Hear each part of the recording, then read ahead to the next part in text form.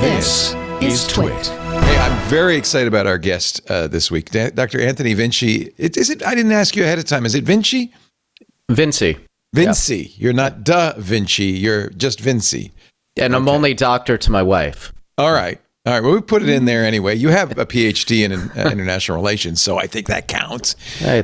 More interesting to me, he's a spy, or was a spy for a long time in the intelligence community, in the field, in Iraq and other dangerous places.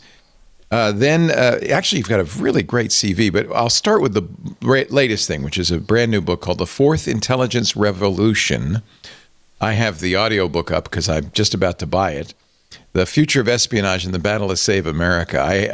I'm just about to buy it because I have the PDF, but I want to listen to this. This is like a spy novel, except it's nonfiction.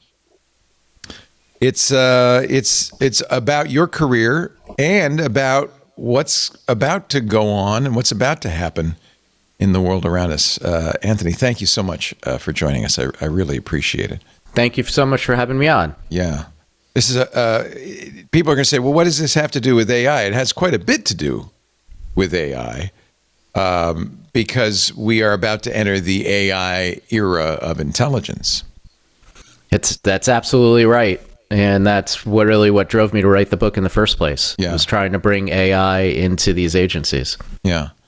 So let me just give you a little bit of Anthony's history because it's actually it's fascinating.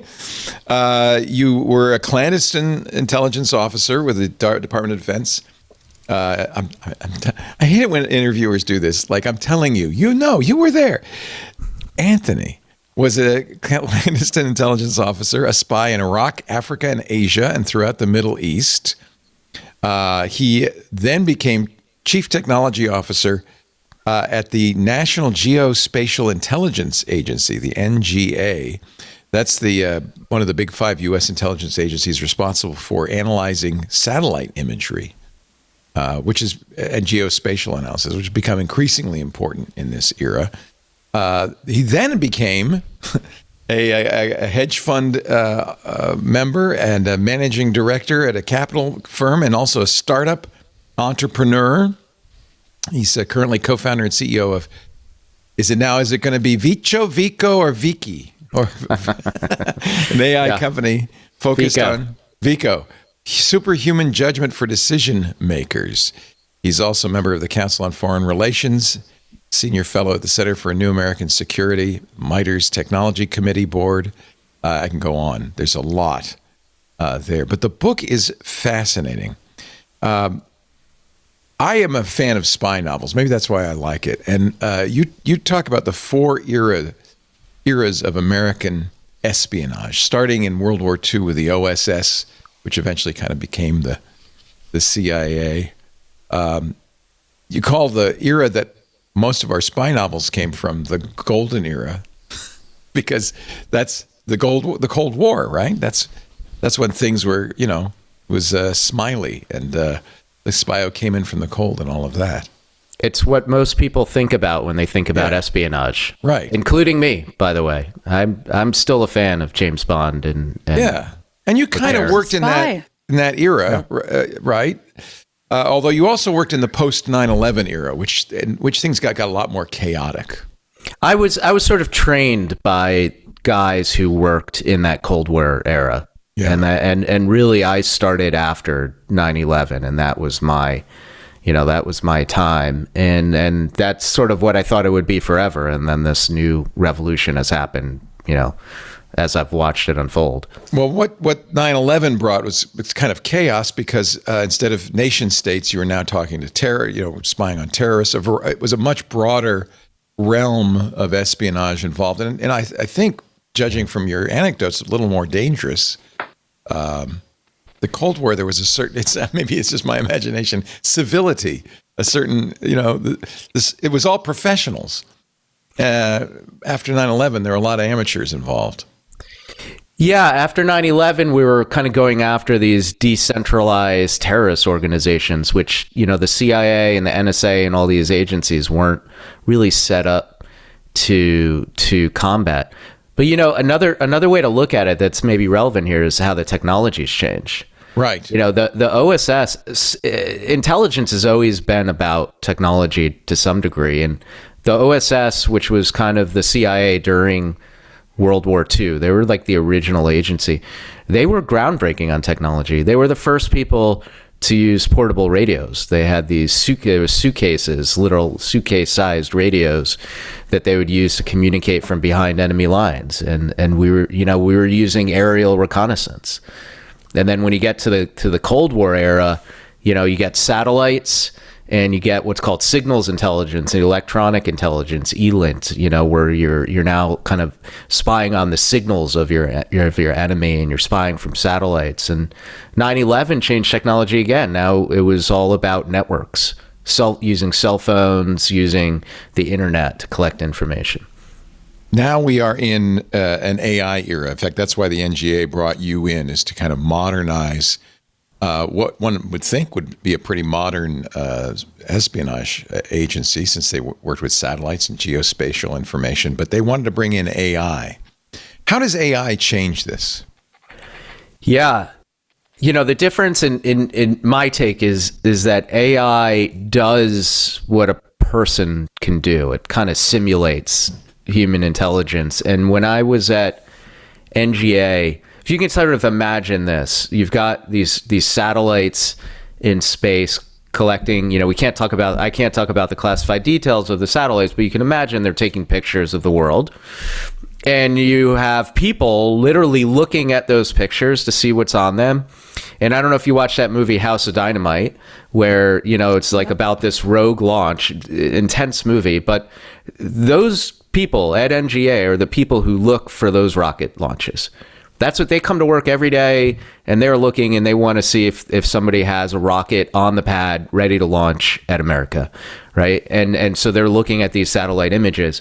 Now, when I came to NGA, all of a sudden what had happened is we were overwhelmed with all the data, because all of a sudden now there was these commercial companies like Planet or Black Sky that were putting up commercial satellites, and we went from a certain amount of data to 10 or 100x that amount of data, and the only way out was to now we couldn't hire a million, we couldn't 10x the number of analysts we had, so we had to start using technology. And computer vision at that time was starting to really work. And ImageNet had come out, and machine learning based computer vision was starting to actually make sense. And that's what I was trying to integrate into the agency. And now, of course, the other thing that's changed is the imagery from those satellites is now available to everybody online. Yeah, you can buy it. You actually recommend people search for satellite imagery, and they'll be able to see a lot of what, until recently, only governments could see. You could be your own analyst. That's changed things too. That information has really started to flow very freely. Yeah, there's this thing in the intelligence world called open source intelligence. And the idea is, an agency like the CIA or DIA or another one of these agencies could just buy data. They'll buy that commercial satellite data, for example. Right. But now and they'll use that for, performing their intelligence mission. But now it goes the other way. A regular person can go buy that same data, and it may not be quite as good as what a government has, but it's definitely suitable. You're definitely going to see a picture of the world. Some of the resolution on some of the commercial satellites is pretty impressive. Maybe gets down to maybe a square foot or even less. There are companies with kind of 10 centimeter resolution images, which is incredible if you think about it. I mean, that's what, I don't know, maybe the U-2 was able to do during the Cold War or something. I remember my uncle was a satellite photo analyst, first for the Army and the CIA, we found out later. He's passed many years ago, but he said, Leo, we can read a newspaper over a guy's shoulder in Moscow. And that seemed pretty incredible at the time. It was just probably the 60s or the 70s. But now you can too. You just Yeah. could get that imagery right off the satellite. You actually, there's a great line in here that's going to need some explanation. You say the Fulda gap is now in your pocket in the smartphone. First of all, what is the Fulda gap? Yeah. Yeah, that's old school Cold War talk. That's why I like it. Yeah, during the Cold War, the military, the U.S. and the NATO military is prepared for an invasion by the Soviets, and they would the idea is they would come across sort of Central Europe, and it was pretty flat. And there was this sort of area called the Fulda Gap. It's literally like a geographic area, and that's where the Russians, the Soviets would invade the rest of Europe. And so the military guys for decades would talk about defending and preparing to defend the Fulda Gap. And now that Fulda Gap is on your cell phone. And the reason I say that is because it's not just about guns and bombs anymore. That's not how geopolitics works now. It's also about information, and it's about collecting information from everybody, essentially, and changing that information and doing what's called kind of information warfare, information operations. And a lot of people are familiar with the 2016, kind of interference by Russia in the U.S. election. That's an example of that, where they were coming over here and running essentially covert action on the American public, and it's coming through your phone. And so now that's the area that we have to defend. Suddenly we're on the front lines of this information warfare. We talk a lot about, over the last couple of years, TikTok. And there's been a lot of debate among our crowd about whether TikTok is really a threat to Americans. And there are some of us who say, no, I've seen information, as the Congress has said, I've seen information that convinced me. And then there's some of us that say, come on, what do the Chinese get from TikTok that they can't buy from a data broker anytime they want to? So, but you say that TikTok is a threat. Tell me about that. Why should we as individuals be worried about the data coming out of our phone? It's not just the data. That's the thing. It is a means to collect data from people. And TikTok has been sued by the Department of Justice for doing that, including collecting data from minors, by the way, from children, and illegally sending it back to China. So just right there, they're doing illegal things. But really, the problem is nothing different than Meta or Instagram or Roblox or a lot of American companies, I should point out. Yeah. Right. Well, here's the difference is that Meta and Google are still beholden to U.S. law.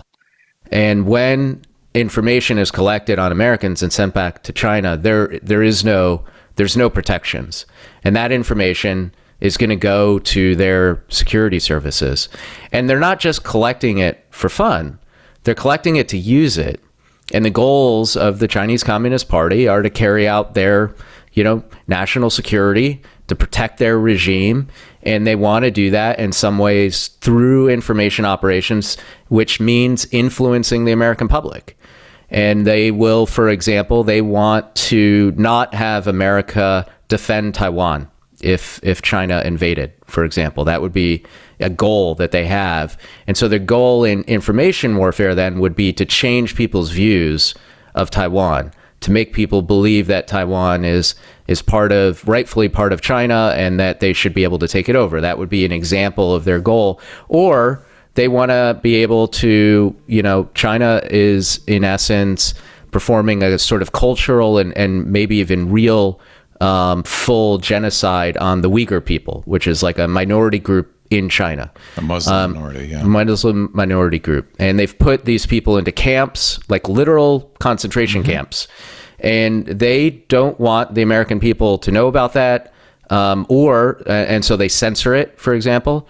Or they actually want the American people to believe that they have a good human rights record.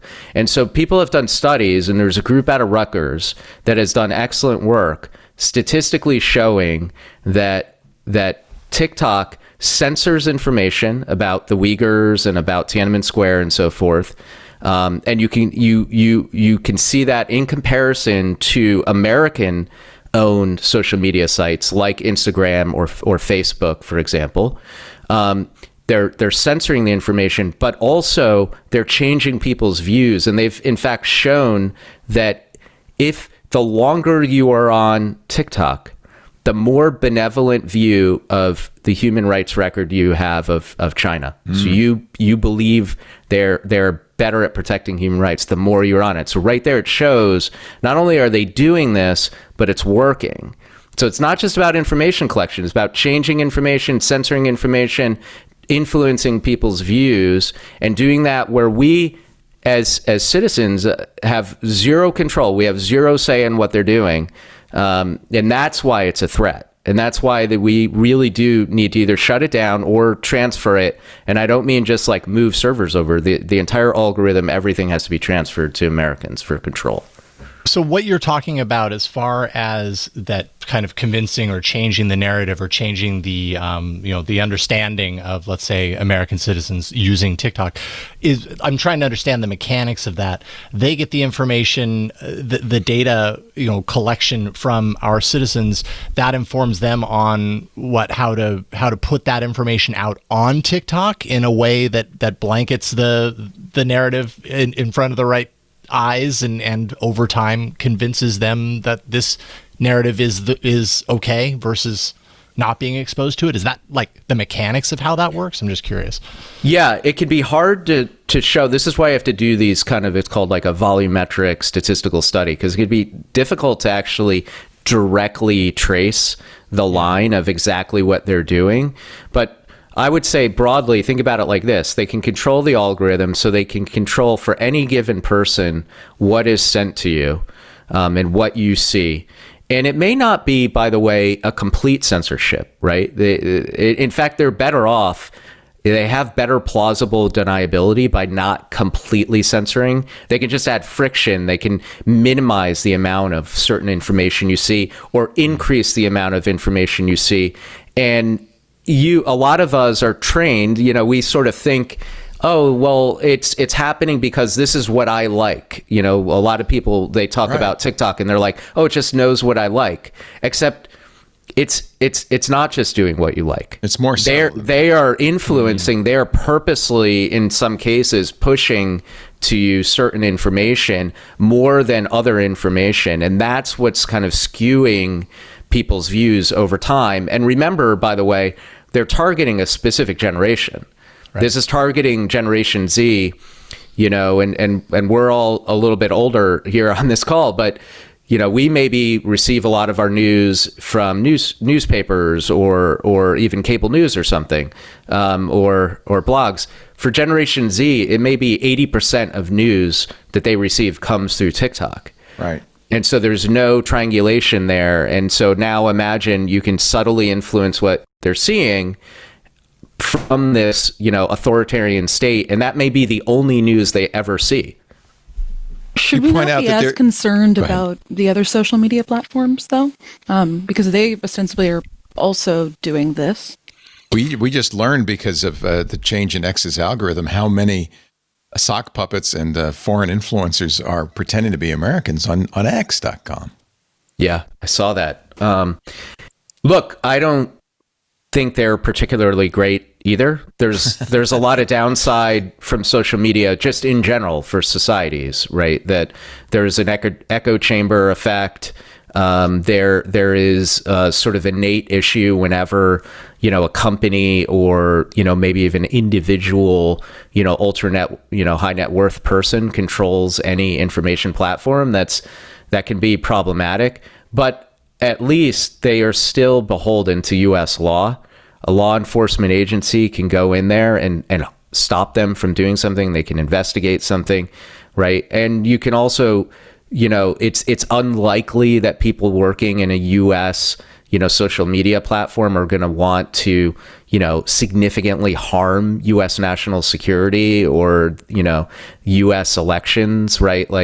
It's just less likely. Convinced of that, but I get your point. It's not not completely obvious that's the case in some cases anyway. You're actually in a way arguing for kind of media literacy, especially among young people, an awareness at least an awareness of how they're being manipulated.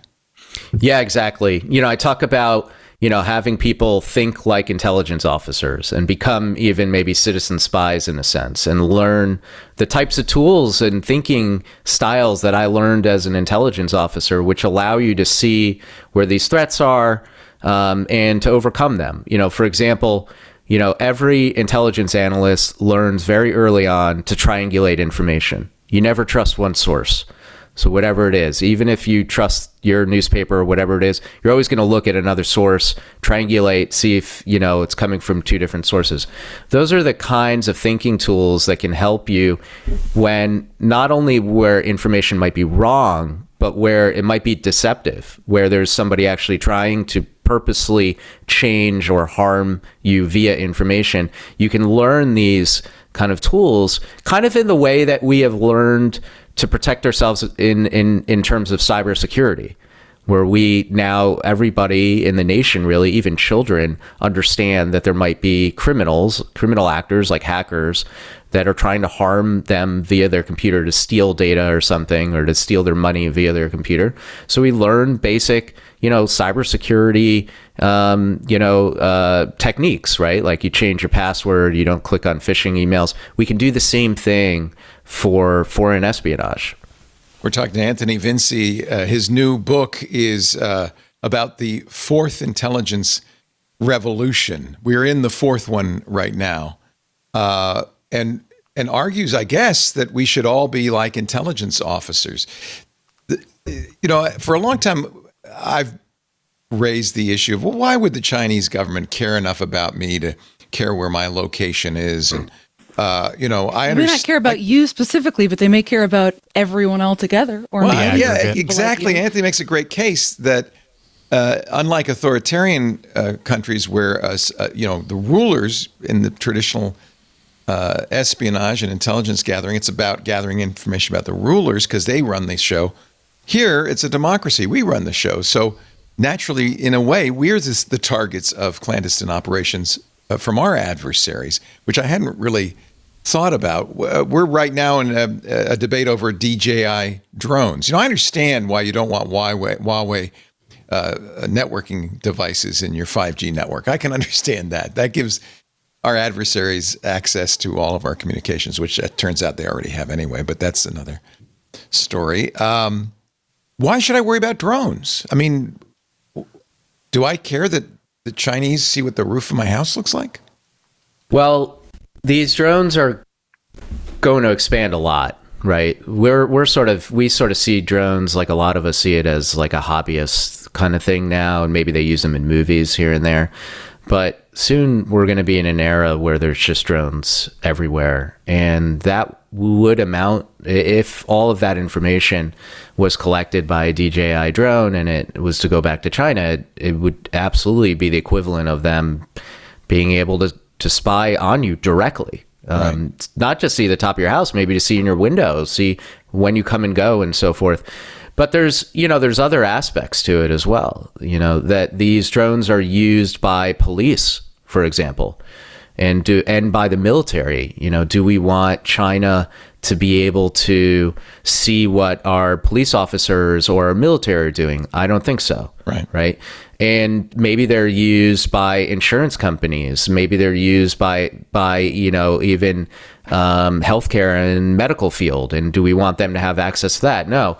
And what China does a lot of times, and in its economic competition with America, and some people have called this even economic warfare, is they subsidize the costs of these things. They did this with Huawei routers and other equipment, for example, and they do it with DJI drones, where they're selling it sometimes even below the cost to make it, so they can own the market, and so that no American company could possibly compete at that price.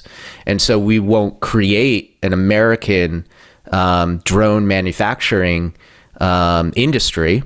And that's really scary to think about, because if China ever wanted to stop selling us drones, remember back in COVID days when, we couldn't get access to PPE because it was all made in China. Well, the same, if we couldn't have access to drones, that could be very problematic for civilian life, but also for the military, where they're going to have to use drones. So we need to create and maintain an American drone manufacturing industry, and we can't do that if they're, effectively subsidizing these drones. So we do need to care about them. You actually talk about the modern form of warfare that is being prototyped in the Ukraine-Russia war, and how that will eventually spread globally. Drones is one of those technologies. What else is happening? Should we be paying more attention to what the technologies that are being used in the Ukraine war? Yeah, I think about the Ukraine war as it's like almost like a trial for a potential future war. Yeah. Right. And it's happened before. There was a Spanish Civil War between World War I and World War II. And a lot of the technologies we saw in World War II were tried out there, tanks and radios and airplanes and how things would work.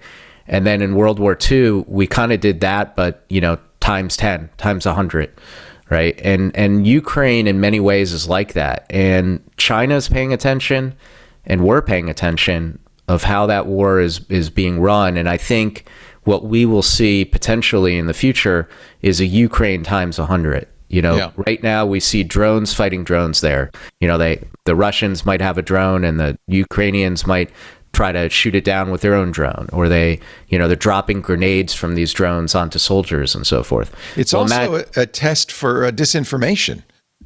You talk about a scenario where there's video of a Ukrainian drone taking out a Russian tank that Russian analysts get and immediately change it into a Ukrainian tank and celebrate it as a Russian victory. They're testing disinformation at the same time, and their ability to do this. And thanks to AI, thanks to the technologies we have, this can happen at scale very quickly. Yeah, exactly. I mean, you can't even tell the difference. Right. If it's a video, and so you don't know what to believe and what to trust. We're at a disadvantage in the United States as a free and open democracy, right? We have Chinese state-run television on our cable. We have Russian state-run television on our cable. We allow that in this country because it's kind of our culture, compared with authoritarian regimes where they're very much controlled the information flow. Do you want us to become more like them? No, just the opposite. And it's true what you say. Like, we have TikTok here, but they don't have Facebook and Instagram there. That's right. That's right. And they have their own version of TikTok. It's not even the same TikTok. Yeah. But it can seem like it can seem like that's a better system of national security in some perverse way because they have so much control. Right. But actually, in the end, you're actually less secure. They put all their eggs in one basket, for example, of what they're betting on, or the control systems themselves can make people more rebellious and actually weaken it. Like, a democracy works because if people are fed up, they vote out whoever's there and they put in a new guy. Well, you can't do that in an authoritarian state.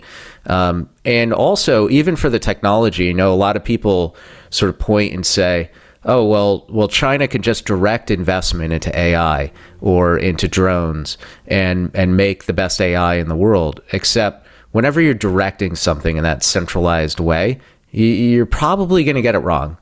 Like, governments are not good at picking, winners in technology or in businesses. Whereas here, companies have to fight it out, and the best technology is going to win. And we're seeing that. Like, our AI is better than China's AI.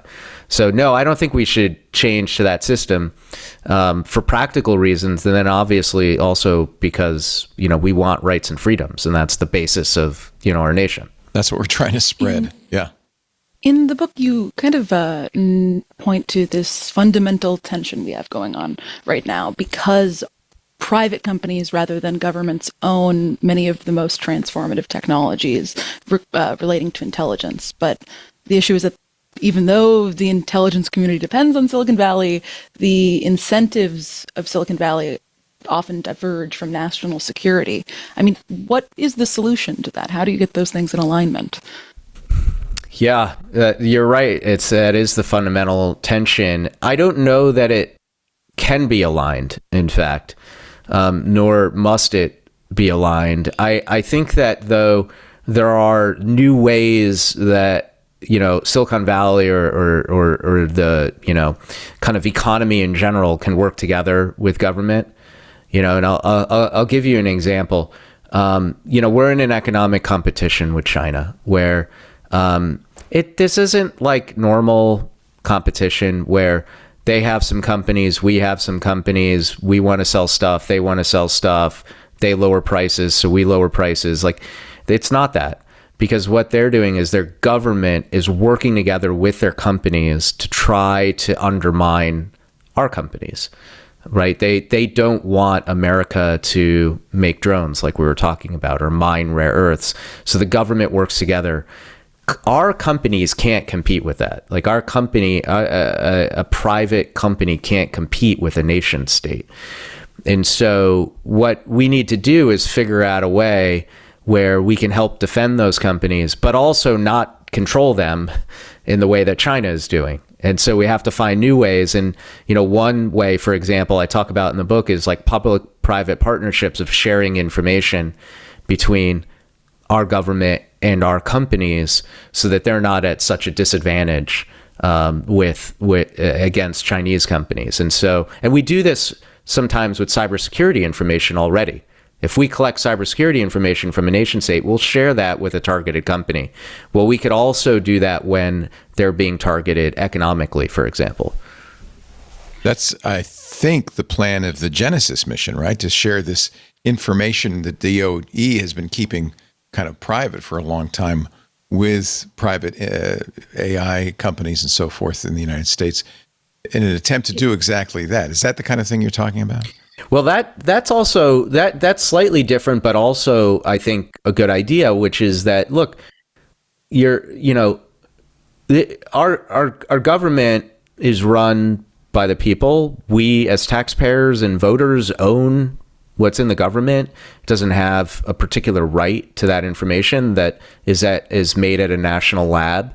Right. And so I think the idea is we should share that with the American people. And sometimes we open source that information. Sometimes we can license it, and to help American companies. We need to do that in a way that doesn't like pick a winner, I think. I think we want to kind of be fair about it, but I do think it's a good idea for the government to kind of give this information back, unless it's classified, of course, but most of the information is not, so that it will help American companies to compete.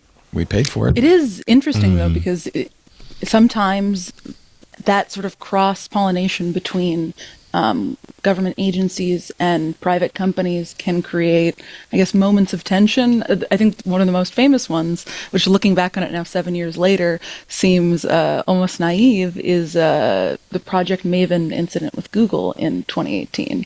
I know that you were on the executive committee of Project Maven, so whatever you can or can't say there, understand. But I'm curious, how do you think companies should kind of navigate these tensions between national security contracts and employee ethics? Yeah, I was not only there for that, I was part of the group that chose Google as it had to deal with the fallout from that. So interesting. Yeah, for context, for anybody listening, that's a story I want to hear more about. Yeah, this was the Department of Defense's 2018 initiative to use AI to analyze drone footage to identify objects, and it led to kind of widespread internal protests within Google that then led to Google pulling out of the contract. But you were there, so please continue. Yeah, no, at the time when we started doing it, it felt like this, like finally we were having a success, which was, instead of going to giant prime contractors to make this technology, we went out to these small companies and had them build algorithms. And the idea was to not just like make this AI tech, but to field it within a year, which sounds slow, but like within Department of Defense standards, that was like light speed. And then we needed a bigger company, to provide the infrastructure, and Google was chosen for that. And even that was like a breakthrough, because instead of again choosing like, your typical government contractors who aren't really truly tech companies, we chose like a true tech company, and it was incredible. And then it's true what you said, employees, and it turns out like it wasn't actually that many employees. at Google kind of rebelled against the idea. And I think, it's sort of tragic because, well, first of all, I think there was sort of a story that this was like a weapon system or something, which it wasn't. But that's sort of besides the point. It's also that the government, the military didn't even really know how to communicate with employees like that, and to communicate like that there were rules. Actually, Department of Defense at the time and still is like, has a lot of kind of ethical rules in place for handling technology and these sorts of things, and had a pretty, I think, surprisingly open debate around this. But that was sort of dismissed, and there was this like knee-jerk reaction that, this is, we're making war systems or something.